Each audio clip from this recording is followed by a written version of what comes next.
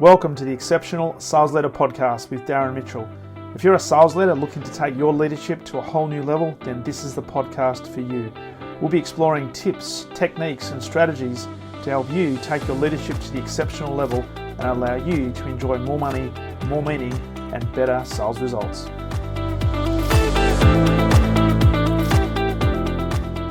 Welcome back to the Exceptional Sales Leader Podcast, and welcome to a man who has what looks like a real tree in the background, but it's actually is a plastic tree. It's plastic. Mate, it looks pretty good. It was expensive for a fake tree. So well, and being a person from Australia, I look at that and say that's very similar to a gum tree. Now I don't know. I mean, you're not in Australia right now, Justin. You're coming in from California, but is there a name for that tree?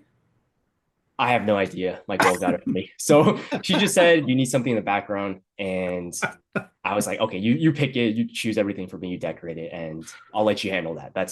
Love it. I got too many things on my plate right now. So love it. All right. So this podcast is pretty much audio. So for the people who can't see this because it's not on YouTube at the moment, but it will be down the track. There is a tree in the background. But Justin Chi, welcome to the Exceptional Sales Leader Podcast. Thank you. Great to have you on board. Yep. Mate, we're going to talk about all things sales, but email sales. You're the CEO, co-founder of Cold Email Hackers.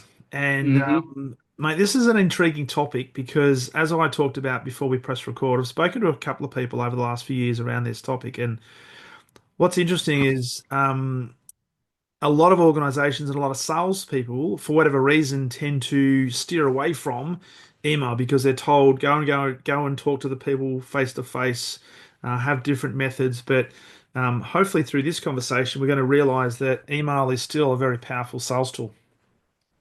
Yeah, certainly. And I can kind of talk about what we do, what offers we've worked with that work well with email, what offers have not. I think it's just not every offer, not every service, not every software works well with email. Of course, there's always time for getting on the ground floor, making cold calls, etc. There's always a best method for what works, but I can explain the offers we've seen work well with email, methodologies, getting around the spam filter. I think that's something people struggle with and they may not even realize they're struggling with. And that's probably the number one issue I see is like people are going to spam, they don't realize it. But happy to kick things off and kind of tell people my background unless you have any questions for me. Yeah, well, I'd love to delve into the background because I'm always curious when I talk to guests, irrespective of what they specialize in. I love to delve in and say, well, you know, where did you start? And was there a moment in time or an event that led you down this path to what you do? Because I'm always intrigued as to how people end up doing what they're doing. Yeah, it's a pretty long story, as these type of stories usually go. But you look so young, though. I'm pretty young. I'm only 25, and I've had an entrepreneurial knack for some time. Like I've always kind of been selling things. So we'll kind of just talk about from when I started doing software sales. I mean, I'll talk about how I got into software sales. Like I had another business, right? And it's like sort of a long story. We're buying and selling graphics cards. I could talk about that for a long time, but we just basically failed, right? It failed. We were reselling eBay, just lost a bunch of money. And I kind of realized during my time doing that business, we were reselling graphics cards. We were buying them from Ethereum miners, kind of flipping them to gamers on eBay. Kind of realized my sales skills weren't up to par. And I thought, okay, it's time to go into sales. I think at the time I was about 21. I was actually only 20. And it was a pretty hot market then for getting into software sales. And I think a lot of the people I was talking to, like managers, whatever, they were impressed by my skill. Like, hey, look, you started a company, you've done some email outreach, like you look very driven. So got lucky, got into a local startup, did calls for about 6 months, did well there, got into ZoomInfo, which I'm sure you're familiar with. Big company, 500 SDRs. From there, basically was there for about 2 years, did SDR work for about a year, maybe a little over a year or so. Not saying this to brag, was number one SDR out of 500 SDRs, just counting the phones for the first bit. And then we kind of figured out, like I was seeing people were sending emails. I didn't really believe in emails up to that point, right? Because I was, watching Wolf of Wall Street, whatever. I was like, okay, these people are just cold calling. I'm like, I'm going to keep cold calling. I don't think emails work. Like who reads their emails? Then I see people at the organization were having luck sending emails. I'm like, okay, why don't we try this out? And I effectively for about 75% of my time as an SDR, I effectively got my working time on a daily basis to about 2 hours a day. So we were just emails. I was maybe responding to them, booking a ton of meetings that way. And sort of the story on how the company started was I was sending emails, prospects, sales leaders, founders, CROs, whoever. They would ask you if I could write their emails for them. They like the format, they like the targeting, et cetera. And I was like, okay, we'll do this as a side hustle. Got into a closing role. I'm nowhere near as good at closing as I am prospecting, but didn't do so well there. And I was running this business on the side. Long story short, got let go and didn't really have a choice. I knew at some point I wanted to start another business, but this was about 2.5 years ago, 2023, January, when I went full time on this. I was kind of forced into it. I got let go, I had the business running, kind of had a choice to make. I'm like, do I want to keep running this full time? Do I want to find another job? And I was like, you know what? We'll just try to grow this. This is something I've been wanting to do for some time. And it's been a rough journey it's ups and downs. It's been rewarding, but yeah, here we are today. So before we get into the mechanics of email and the formatting and stuff like that, love to delve into your psychology, right? So you mentioned it's been up and down, it's been challenging, you'll let go decision making. What's one of the key lessons? Because you're only young, but you're running a business and now having a big impact. Yeah. What's one of the key lessons you learned through that Yeah. time when you let go that's helped you now Yeah. in running this business? I would say I've always wanted to run a business, right? Like it's just something I've always wanted to do. That's why I got into sales. So when that opportunity kind of presented itself, it was some would see as a negative, but I kind of saw it as a positive. I'm like, hey, look, I kind of have to make this work now. That's one thing. The other thing as well is like running this business, right? I'm young. I'm not an experienced sales leader. I can't really coach a team of AEs, but it's like I understand, like, hey, I have an advantage. I know how the new age copywriting formats work. I know how the AI tools work. I know how the spam filters work. So I'm just going to lean into what I do best, right? I'm not going to try to be something I'm not. And, when times get hard, it is up and down as running any business is. I'm not perfect, right? Like there are times where I'm like, okay, maybe I should do another business or whatever. I try to kind of get distracted sometimes, but it's something I'm working on. But I think for me, it's just like, we've worked so hard at this for so long. I wouldn't even say it's that long, but we've been working hard at this for quite some time. It would be kind of foolish to give up now. And we just kind of keep pushing through. So Yeah, nice. Because one of the things I was going to ask you as you were talking about the I guess the origins of this business, cold email hackers. yeah, We had sales leaders coming back and saying, "Hey, you were reaching out to them on behalf of yeah, ZipInfo, and they're coming back to you and saying, "Hey, can you help me write these exactly. emails?" Did Yeah, you it's just natural. It's a natural start, right? So Well, and with that, did you must have been doing something unique or something different that yeah, attracted the attention of those particular CROs, right? Or sales yeah, leaders. Because mm-hmm. we're always talking about what's our unique value proposition or what makes us unique in Yeah, terms of an organization compared to our competitors. right. So, did you sit down and actually get some intelligence from them in terms of what was it about the way that you were Yeah. formatting it that piqued their Mm-hmm. interest? Yeah, I think at the time, right, the common cold email wisdom now is like you got to send short messages. At the time, it wasn't as prevalent, but I kind of figured like who has time to read a long email? So that was Yeah. one thing. So I would read copies of other people at the company. I would say, okay, these are kind of too long. That was one thing. Second thing was list building. So we did a good job of kind of segmenting our prospects. So if we were going after, let's say, manufacturing companies, right, I'd probably break it down another step. I'll say, hey, look, like we're looking at auto supply manufacturers or something like that. And then Yeah. I would write a very tailored message. I'd find a case study of a company that we work with. I'll say, hey, look, we work with Acme auto parts manufacturer, right? We help them get this result. Also, we can help you find, because ZoomInfo has the intent signals, we can help you find people looking for the service you offer, et cetera. We just make it very tailored, short to the point.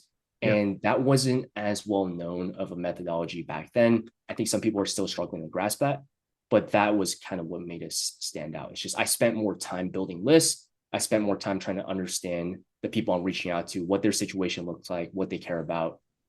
They get a million emails. How do we stand out? That's just what we put some more time into. And I think doing calls as well, because I was a heavy cold caller, Yeah. 300 calls a day, one by one. So it's like doing the calls and kind of speaking to these people all the time gave me a lot of insight as far as what works, what doesn't work, what do they care about.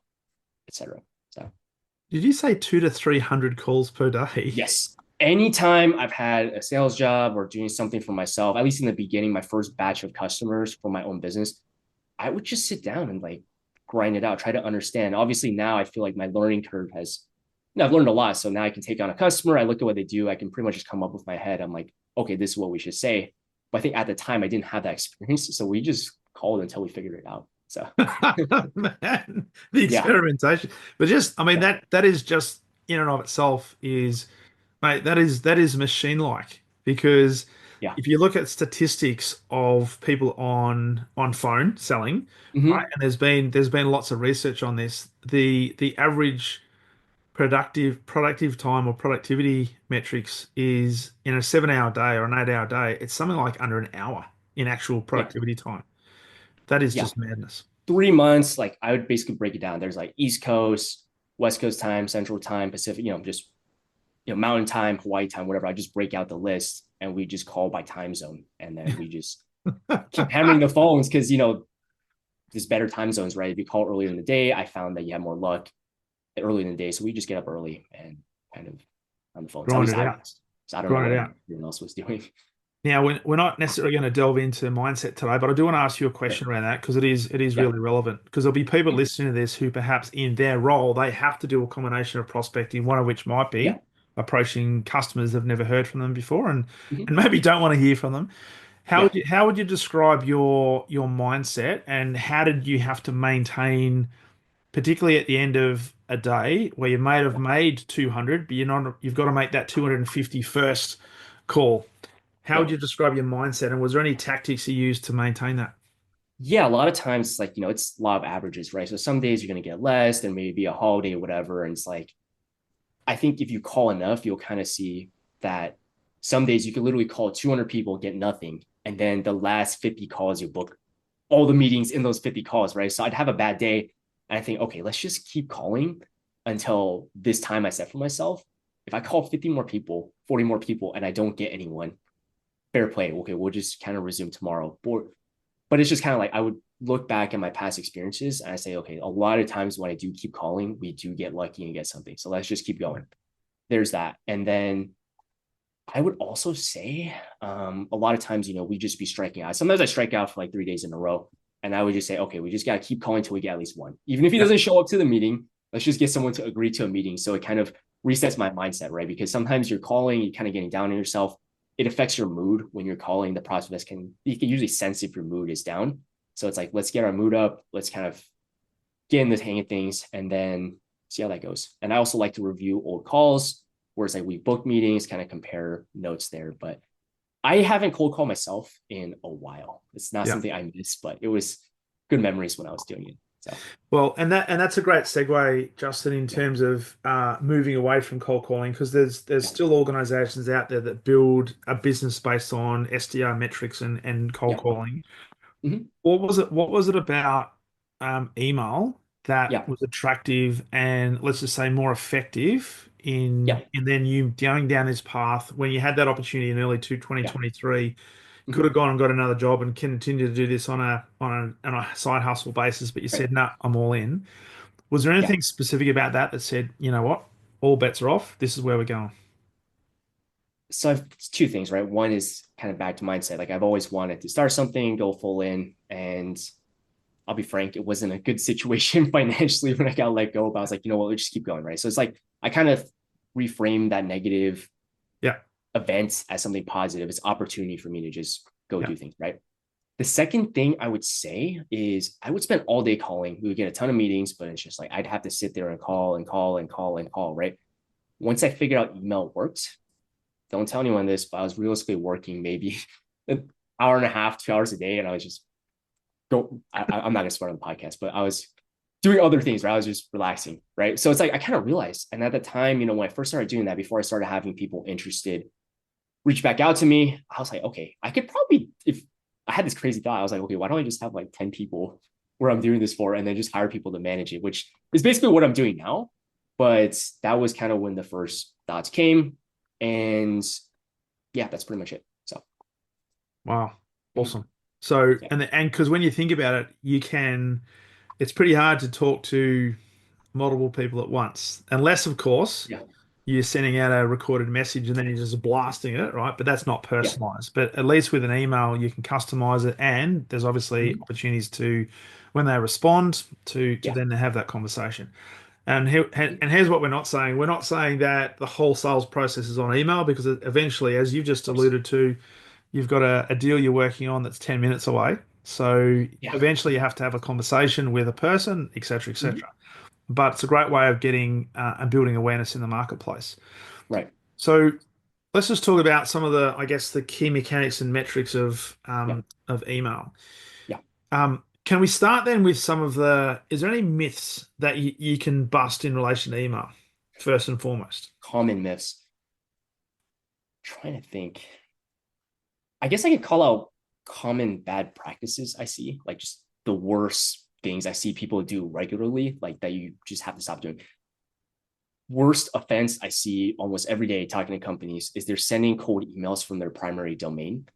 So it's like for you, if you were sending emails from exceptionalsalesleader.com, Yeah. terrible practice. Like people start reporting you spam, you can't send invoices to your customers, and your domain reputation is tanked, right? Yeah. So always move off the primary domain. I'll talk about our setup, like how many inboxes we buy, how many domains we buy, all that sort of jazz. But generally, that's the biggest offense I see people make. Second thing, I guess this is kind of a myth, but it's like not really a myth, but it's also another bad practice. It's like people tracking clicks, people tracking opens, also a terrible practice, right? Like spam filters are looking for exactly that, because normal Okay. people don't track opens, normal people don't track clicks, and that's just frankly how it is. And then I guess the third thing as well is images. So if you have any sort of like images, you have any sort of like fancy signature, you have any sort of bold text, spam filters hate that. It's just anything HTML or anything that appears you're trying to hide something in the email, like open and click tracking, those are all HTML based. Yeah. Spam filters are looking for. So those are the common things I see that people mess up. That's really interesting, because Deliberately, often yes. when I'm sending an email, and I legitimately use email to Yeah. engage with clients, right? So Yeah. I don't use email myself as a prospecting tool necessarily Mm-hmm. from a cold Yeah. perspective, but when I get responses from them, very often Mm-hmm. on their response down the bottom when I send mine, they've got these Yeah. big warning signs that are on the Yeah. thread, warning Mm-hmm. external Yeah. email, and Mm-hmm. it's fascinating. Yeah, those depends on the size of the companies. Like I've seen companies, they're using like email gateways like Barracuda, Mimecast, Proofpoint, whatever. I think that's when those kind of warnings usually pop up. It's just they Yeah, have another spam filter on top of the standard Google yeah, spam filter or Microsoft spam filter or whatever. yeah. So, yeah. Awesome. All right. So, primary domains don't use, don't Mhm. worry. And you're saying don't worry about click rates, or don't put too much focus on it. Don't track click rates. Don't put any tracking links. Don't put any open tracking, because the way they track opens at least is they put a little pixel inside the email. When your recipient scrolls past the pixel, then it gets tracked as an open. But then what is that pixel? It's HTML. So Yeah. it's Okay. like any HTML at all gets picked up by spam filters. And it's like Yeah. maybe you don't start going to spam, but it's just like all these little things that I see people do add Mm. up, and then you're just increasing your spam risk for no reason. There's really no benefit to it. And a lot of times open tracking is not accurate because spam filters literally open your email to see if it's spam. So it's like it's kind of pointless. The only thing we track is replies, so total Yes. reply rate, Yeah. and then positive reply rate. What percent of the replies are positive, that they're asking for information, pricing, asking to meet, and of course, meetings booked. So those are Yeah. the only metrics we look at. Nice. Yeah. All right. So there's some of the myths. Let's talk about some of the, I guess, best practices. Yeah. Um, so is there, like, when you're working with clients, for example, and they're saying, okay, we're a B2B organization, we want to Mhm. increase our sales ratios by, 50%. We want to use email to Yeah. do that.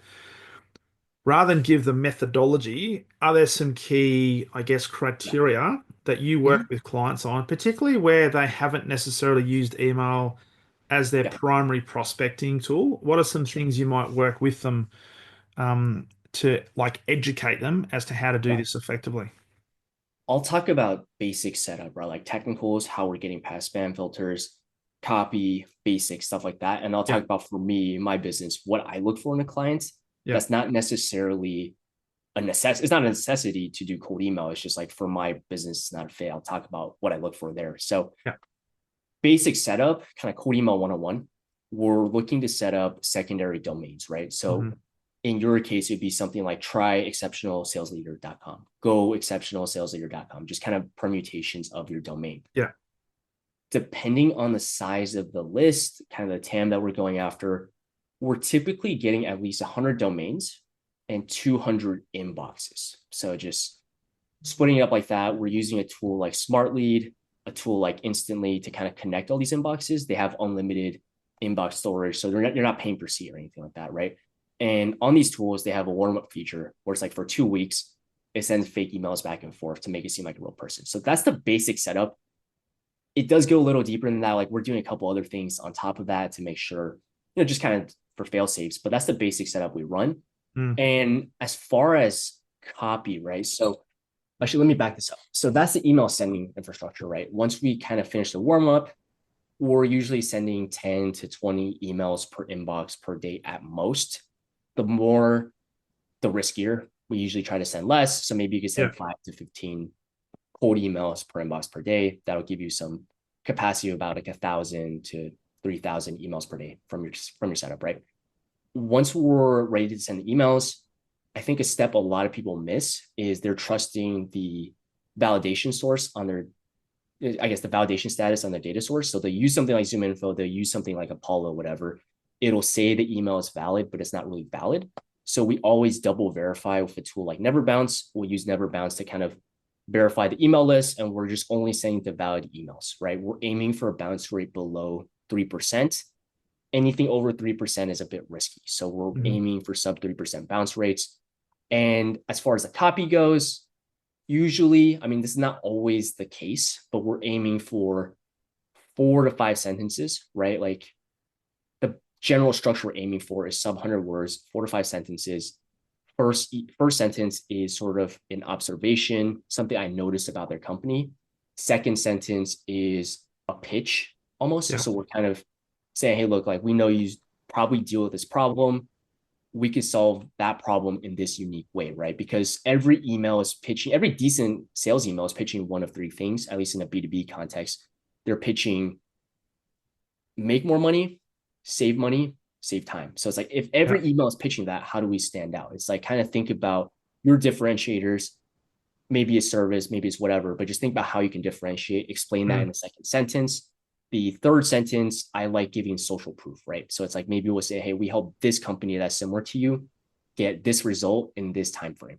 And then fourth sentence is a call to action. So I'm like, hey, do you want to learn more? I keep it very casual, but I'm not sending lead magnets. I see a lot of people are sending, hey, can I send you this ebook? Like, we don't do that.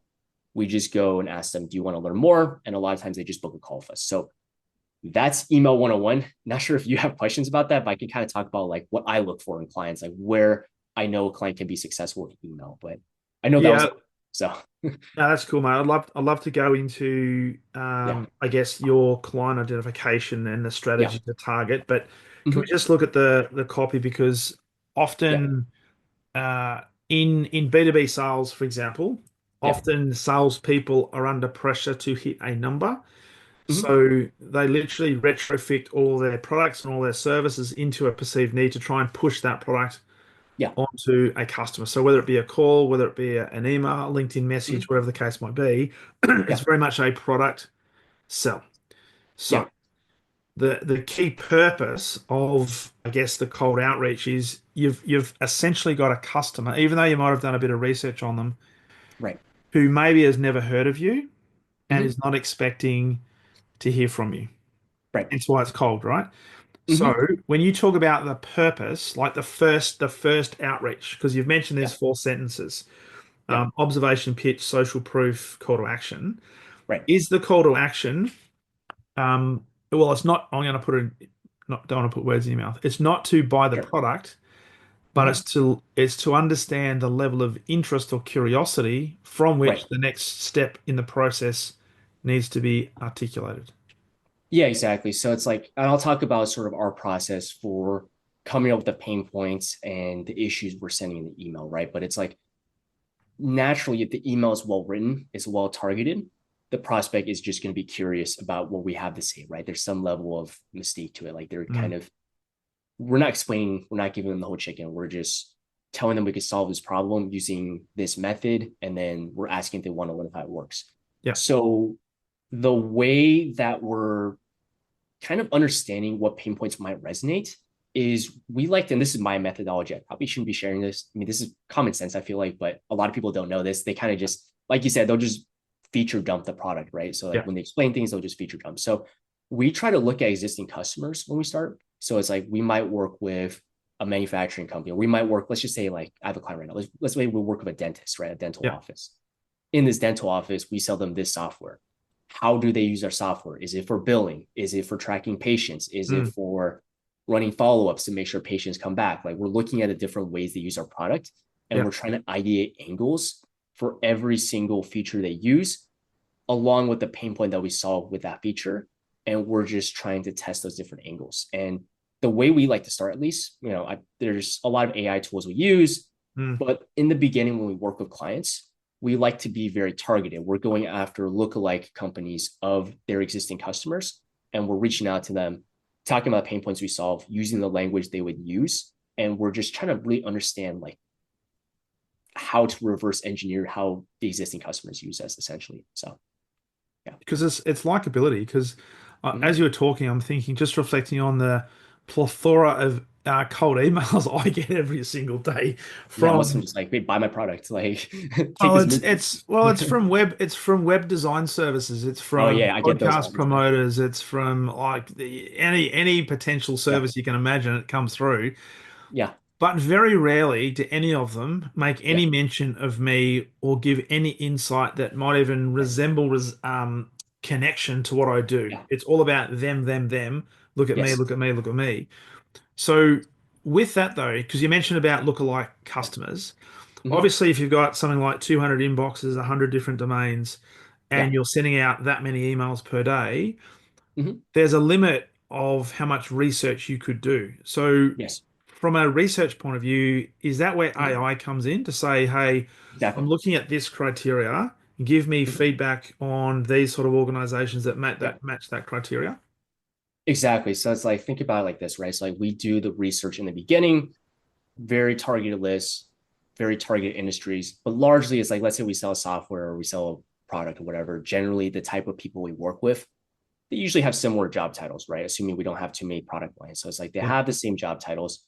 We can usually sell it to multiple different industries. And what we try to do is we understand by running these manual sort of lookalike tests is like what level of personalization is needed, what pain points resonate with this title. And once we understand that, we can feed those prompts into, so I use Clay. It's kind of an AI personalization tool, but we could feed those prompts into something like Clay, into GPT, and ask it to reverse engineer that message Hmm. for a broader list of prospects across different industries. So maybe the first list is like 1,000 people. We burn through that, find a winner. Then I'll pull a list of like 50,000 and they're in the same job title, maybe different industries. And I'll ask AI to kind of reverse engineer the message for that particular company that prospect might be in. So Yeah. that's kind of how we're scaling up, right? Because there's no way I can scale that many emails. I'd be sitting here all day doing that basically. So, Well, that's it, because it's literally about scale. Because yeah. and this is where sales as a numbers game Mm-hmm. becomes, I guess, more true. Yeah. Because um, because the other question I wanted to ask you as well in relation to, you said you're not necessarily tracking clicks and open rates, but Mm-hmm. from the research you do and I guess the methodology that you create, and you're working with clients and they're saying, hey, what sort of ROI or what sort of guarantee do you give us? Yeah. What's from a campaign, a typical campaign that you would run? Yeah. What is the percentages that you work at that would be kind of best practice in terms of replies or warm Yeah. replies and things like that? Depends on who we're reaching out to, right? Reaching out to bigger companies, the reply rate is naturally going to be lower. I would say we're looking for about, and this is bare minimum for what I'd consider a scalable campaign where it's like we can just add more leads, start using GPT to reverse engineer, right? Because you imagine it's once you add some GPT personalization, it's not perfect. Yeah. So you might have some degradation in terms of the actual positive reply rate. So off a manual test before I scale, looking for at least a 2% a 2% reply rate overall. And as far as a positive response rate, bare minimum, at least 10%, and ideally 20%, at least 10% positive reply. We can always improve as we go, but that's sort of the benchmark where it's like, okay, I think we can send more volume, go from there. So, yeah. Wow, 10%, 10 to 20% positive reply is pretty high. Yeah, it is high, but you think about like the percent of people who respond positively that versus that actually book a meeting. So Yeah. there is kind of a gap there. And we've started adding this process internally. We have callers now. They're not cold calling, but they're kind of warm calling the people who respond and they don't book a meeting directly. We're just kind of trying to get them in the door. So Nice. there's a gap there that we've been trying to fix for a while. No, that's cool because that was the next thing I was going to ask you in terms of working with a client, using this as an outreach campaign to build awareness, hopefully get a call to action. What sort of follow up is typically required in order to get like the 10% positive reply? Is it 2 emails, 3 emails, then a call, and that's where you start to measure it, or are you measuring it based on the first batch of emails you send out? A 10% positive reply is what we're looking for. So first batch, we're looking for that 10%, right? But it's like we don't send more than 3 emails in a sequence. I know the common wisdom, maybe even a few years ago, was you want to send like 8 emails, 10 emails. I don't know about you, but I used to get a lot of these, even myself, like I wasn't even that senior, but it's like I used to get a lot of these sequences where it'd be like the same thread, they just keep responding to it. And that's kind of stopped. So reason we stopped doing that is we find that 90%, 95% of the meetings come from the first 3 emails, right? Realistically, the first 2 emails get the majority of the meetings. So it's like every email you send subsequently in the same thread increases your chance of being reported to spam. So we send 2 to 3 steps. As far as other sort of follow-ups from there, we are trying LinkedIn. We are obviously calling behind the positive replies, and we're trying some cold calling, like some straight cold calling. But it's just kind of like the evolution of the company, right? Like we've been focused on email for now because that's for us something we have expertise in. And I think as we grow the revenue, we can add on more service lines, but that's kind of a work in progress. I'm not exactly a Fortune 500 company. So it's something I'm having to work on as we go. So. Yes. Although, my friend, that little charm on your buffet behind you, I think you were saying before we press record, the words on that says something like making $1 trillion. Oh yeah, this little Yeah. I think it says like you're gonna make $100 trillion or $100 something. trillion. Yeah, You gotta think big. We're pretty far from there, but You gotta think we're big. working on it. Absolutely. So that's really interesting because I was just reflecting as you were talking there and just some of the emails I've got over the last couple of days, which is probably the third or fourth, and it might be from a YouTube expert that wants to, sell me YouTube services in terms of awareness and blah blah. And often the second or third email starts with something like, "Hey, I just wanted to bump this up to the top of your inbox." Yeah. I find a lot of times like we used to do that where it's a simple bump message, but I kind of find giving a little more value helps.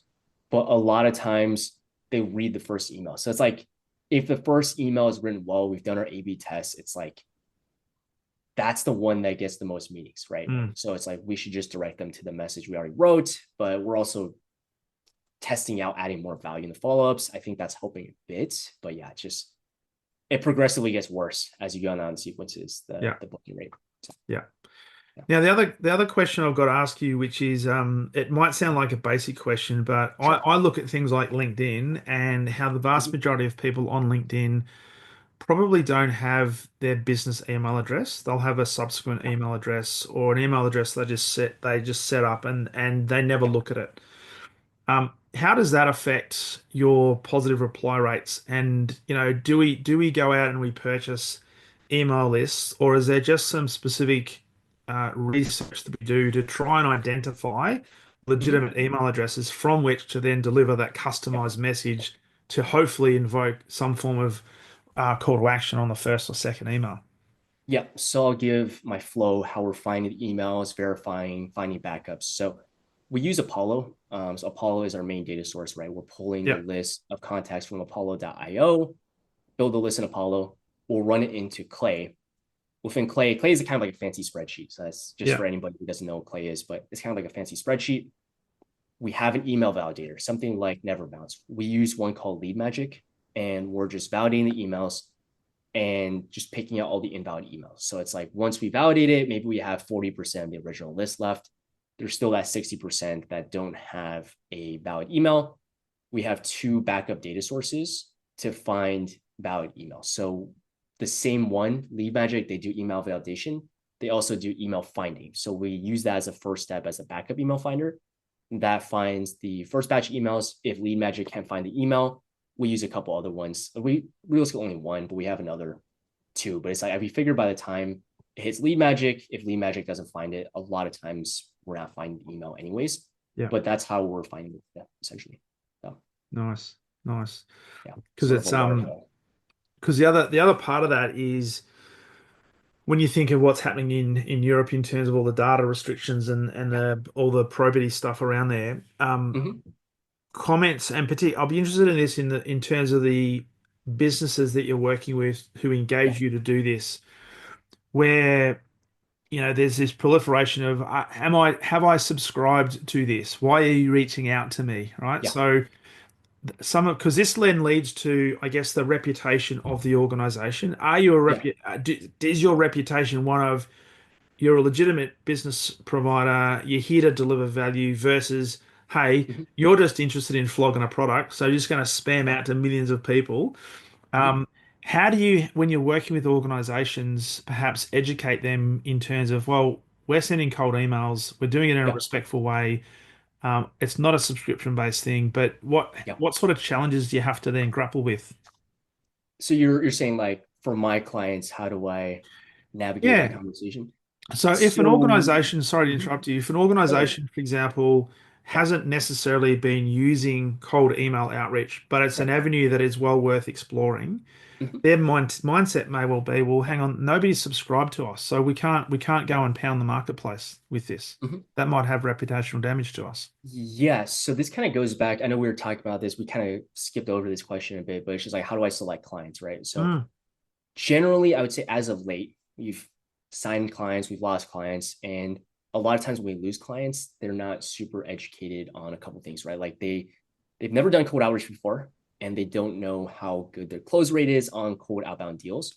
So we kind of find a lot of the customers we sign this for us is like, we don't really have any issues with that, right? Because I only want to sign customers that have done some form of cold outbound or some sort of cold traffic, right? Maybe it's paid ads or whatever, and understand there's, there's sort of a math equation to it, right? Like they know they can close 20, 30% of cold leads. So haven't been getting that objection much recently. I think before we got that a lot more, talking directly to founders, especially a lot of software companies, like technical founders, they're not really used to putting themselves out there.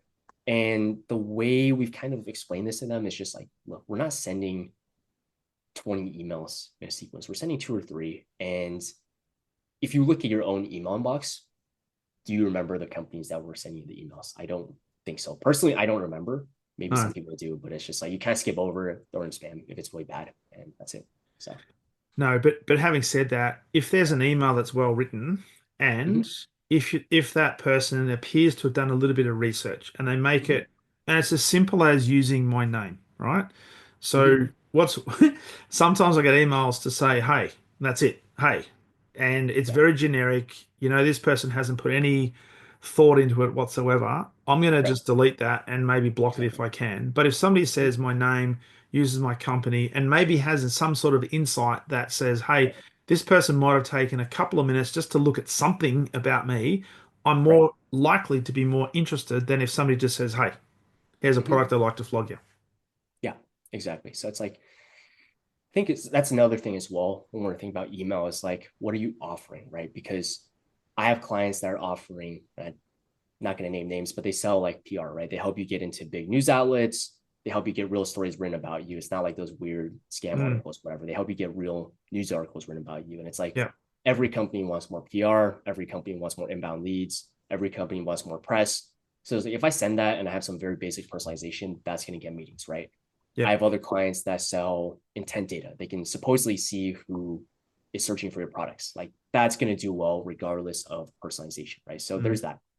There are other offers, kind of like web design, where it's super difficult. And I don't work with web design companies, by the way, but it's kind of funny because my website right now was actually solicited by cold email. So he actually did a mock-up of my site Okay. and he filmed the whole video. He was like, hey, this is what I think will look good for your site. This is what we'd be improving. And he actually spent the time to build, sort of the mock-up of the website, and that got my attention. Ended up buying a website from him. So it's like, I think if the offer is more saturated and doesn't necessarily contribute to revenue, I find like if you have a revenue generating offer, that's a lot easier to sell without doing crazy personalization.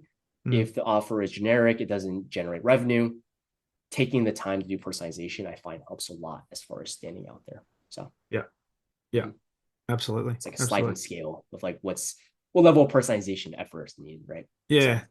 Absolutely. Absolutely. So looking forward then, right? So the email's been around for, well, giving my age away now, but in the early 90s when I first started working yeah, in big corporate, that was when email really took off. And I think, how good's this, right? yeah, And it's evolved over time to the point where now everybody uses email. And what's fascinating for right, me is a lot of sales teams in sales organizations prefer to use email as mm-hmm. their standard form of or basic form of communication Right, rather than phone calls or face to face, right? mm-hmm. So, from your perspective in the market that you operate in, looking at where we are in 2025, Mm-hmm. how have things evolved, say, since January 23 when you really launched into this full time? Yeah, And what are you looking at over the next 6 to 12 months in terms mm-hmm. of what's going to change? What are some things that you're grappling with? Some of the challenges that you'll see that you're going to have to evolve around? Yeah, it's always the spam filters. Since we've started this, and I'll talk about like kind of how I feel like the market has shifted over the past two however long years, right? Yeah, Spam filters gotten way harder. So when I first started as a side hustle, it was kind of an eye opener, right? Because at ZoomInfo, we had that quality domain reputation. It's been around for a while. I could just send emails, would be fine. And off of one inbox on a primary domain, I was sending like 400 emails per day, which is ridiculous. Can't do that now, right? So it's like when I first started doing this as a side hustle, didn't really have that same domain reputation. And we kind of had to figure out how to do this multi inbox, multi domain sending. And I yeah, think when we first started doing that multi inbox, multi domain sending, we were sending 50 emails, 60 emails per inbox per day. It's gotten down to maybe 10 to 20 at most. I would crank it up to 20 only if you have a very successful campaign with a lot of positives. But generally, we're sending maybe 10, 15, probably like 5, 10, 15 or so emails per inbox per day. yeah, So it's getting harder there. And it's like challenges we face, especially is like there's always something with the spam filters, right? When I first started doing this, everyone was using Zoho inboxes. Like okay, Zoho, the CRM provider, they have inboxes and they're super cheap. yeah, And they cracked down on cold email. I think this was 23. I forgot when it was. They cracked down on cold email. Now you can send emails with Zoho. Then it's like every 3 to 6 months, no matter what, Microsoft, Google, Outlook, whatever, they always have some sort of new spam filter update, right? Like Outlook, for whatever reason, is very difficult to inbox into. And the way we're getting around that is we're having older domains, we're sending less emails per inbox, that kind of thing. yeah, What I've noticed with Google, and this is just kind of my theory from testing so many emails, from sending so many emails, is they catch on to templates very quickly. So we're having to switch up templates more often. That's kind of what we're seeing. So it's just it's the same problem we've dealt with in 2023, and it's the same mm, problem I'm going to deal with going forward, which is why we're trying to add on more channels. It's yeah, just battling with the spam filters, just yeah, getting the message in the inbox. yeah, Copy is, I find copy is not that hard, right? If you do a good job of targeting, you do a good job of list building, you understand who you're selling to, copy kind of writes itself. I think people yeah, spend too much time on that, but it's like yeah, getting into the spam folder. Or getting out of the spam folder. That's been the most difficult part of all this. So, yeah. Got it. yeah. Got it. Mhm. So what we're saying is email is here to stay. It's just a matter of continuing to remain relevant, Yeah. being vigilant in terms of what some of the changes are, and being flexible in terms of getting around those changes. Right. And I think uh, what might sound for some as a bit of a interesting concept, being ethical with what we do. Because a lot of Mhm. the times people think ethics and sales don't necessarily go together, but you've got to be Yeah, there's a ethical. lot of terrible salespeople. Shocking.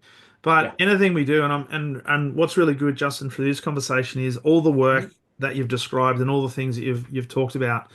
Yeah. I feel there's an underlying ethical responsibility there to say, well, you know what, your reputation's on the line, your business's reputation is on the line. Right. and that's translating into the organizations that you work with, their reputations on the line as well, because we want to make sure we're delivering value to the marketplace and solving problems, but we've also got to make sure that organizations and potential organizations are aware of what we do. And one of the best ways to do that is to let them know. And one of the best ways to do that is through email. Mm-hmm.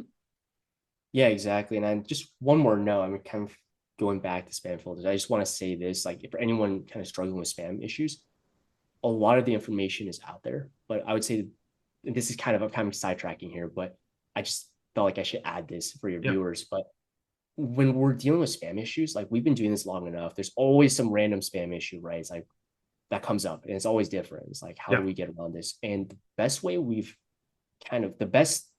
to think about this is spam filters are looking for things that are not human, like non-human like behavior. So think about in your outreach, what part of this is something a normal person working office job would not do. That's one thing. And back to your point of like ethics, et cetera, it's like, I think as we've kind of grown and taken on bigger customers, it's worked out a lot better, right? Because to be frank, in the beginning, there were some clients we got a bunch of meetings for, but they weren't necessarily ready for the meetings. So we did our part, as in we were getting the meetings that were promised, but it's like they didn't really have the sales process to close it. They've never done really close cold outbound leads. So it's like kind of a waste of time for both parties. And we find just people who have sales teams, they understand the game a lot better. So it's a win-win for both parties. Love it. Love it. Mate, this has been a great conversation. I'd love to finish with people who want to learn a little bit more about cold outreach and specifically connect with you and what you do at Cold Email Hackers. Where's the best place for them to connect? The best place is coldemailhackers.com, or you can visit me on LinkedIn. So my name is Justin Shi. I basically post a lot about cold outreach. We have newsletters as well. And I'm trying to do a better job of posting on YouTube, but I've been kind of on YouTube slacking on that. Yeah, it's just, I don't know how you do this. You said this is episode 7 something? 7 something, yeah, 777, I think. I don't know how you do it because I've tried to sit down and just do YouTube consistently. I have like 3 videos maybe, and the production quality is terrible on those. So I need to do a better job of that, but maybe this is my wake-up call. It's just time to start posting more on there. But yeah, I do give out a lot of free tips on my newsletter as well.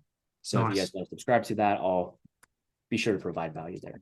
So. Brilliant. Mate, I'll make sure they're on the show notes, and certainly encourage people to connect and learn a little bit more about what you do, and if nothing else, learn a bit more about how email, particularly cold email, can be a really good addition to whatever your current outreach strategy is. So mate, I know it's later in the afternoon over in California, so I greatly appreciate you being on the podcast, and mate, you've educated me as well. So thanks so much, and keep up the great work, and hopefully on that little that little thing there on the thing, $100 trillion becomes a reality sooner rather than later. Yeah, we'll see. Maybe 100 trillion Zimbabwean dollars. I don't even know what that's worth, but yeah, it's this year's been crazy. Like I would say past 2 months especially, it's just skyrocketed. All the hard work's kind of paying off. So brilliant. It's called the compound effect, my friend. So that's awesome to hear. Good one, mate. Thanks so very much for being on the podcast. Greatly appreciate it.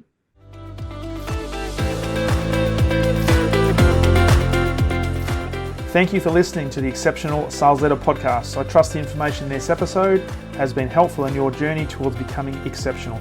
And remember, please take the time to rate the show, subscribe to the show so other people can find it. But also, if I can help you, jump on my calendar, go to leadwithdarren.com, and let's have a conversation about how I can help you along your journey to being exceptional.